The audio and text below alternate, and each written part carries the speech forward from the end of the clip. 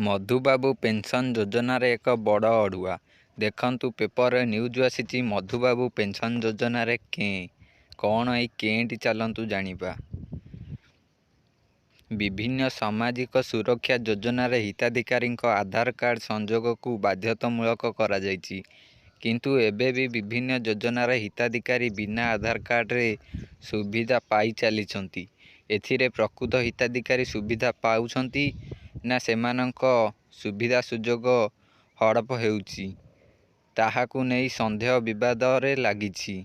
ହିତାଧିକାରୀଙ୍କ ମଧ୍ୟରୁ ପ୍ରାୟ 12%ଙ୍କର ଆଧାର କାର୍ଡ଼ ସଂଯୋଗ ହୋଇପାରି ନାହିଁ। କଟକ ଜିଲ୍ଲାରେ ମଧୁବାବୁ ପେନ୍ସନ୍ ଯୋଜନାରେ ବିନା ଆଧାର କାର୍ଡ଼ରେ ହଜାର ହଜାର ହିତାଧିକାରୀ ସୁବିଧା ପାଉଥିବା ତଥ୍ୟ ସାମ୍ନାକୁ ଆସିଛି। ମଧୁବାବୁ ପେନ୍ସନ୍ ଯୋଜନାରେ ଡିସେମ୍ବର ଶେଷ ସୁଦ୍ଧା ସରକାର ସବୁ ହିତାଧିକାରୀଙ୍କ ଆଧାର ସଂଯୋଗୀକରଣ ବାଧ୍ୟତାମୂଳକ କରିଥିଲେ। କିନ୍ତୁ କଟକ ଜିଲ୍ଲାରେ ମଧୁବାବୁ ପେନ୍ସନ୍ ଯୋଜନାରେ 1,94,560 ଜଣ ହିତାଧିକାରୀ ପ୍ରତି ମାସରେ ଭତ୍ତା ନେଉଥିବା ବେଳେ ଜିଲ୍ଲାର 25,601 ଜଣ ହିତାଧିକାରୀଙ୍କର ଆଧାର ଏଯାଏ ସଂଯୋଗ ହୋଇପାରିନି।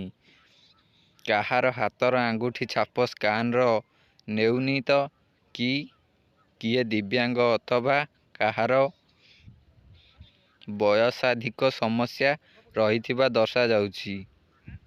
କିନ୍ତୁ ଏବେ ସେହି ହିତାଧିକାରୀ ଆଧାର କାର୍ଡ଼ ସଂଯୋଗ ପାଇଁ ପ୍ରତି ବ୍ଲକରେ ପୁଣି ଥରେ ସ୍ୱତନ୍ତ୍ର ଶିବିର କରାଯିବ।